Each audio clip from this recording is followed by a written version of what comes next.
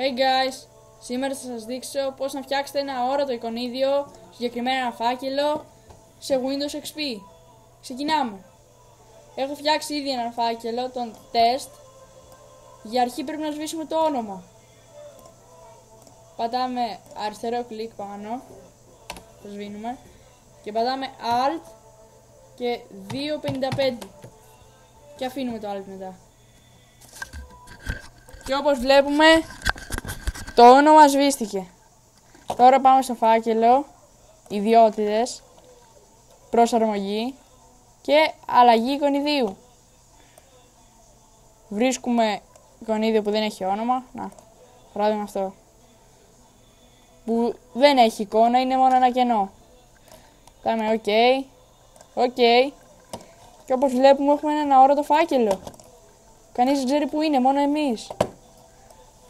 Είναι κανονικός φάκελος όταν τον ανοίγετε. Look. Έβαλες αυτό μέσα. Αλλά θέλει μεγάλη προσοχή να μην τον χάσετε. Το βάλετε σε ένα σημείο που μόνο εσείς ξέρετε που είναι. OK. Και να θυμάστε subscribe.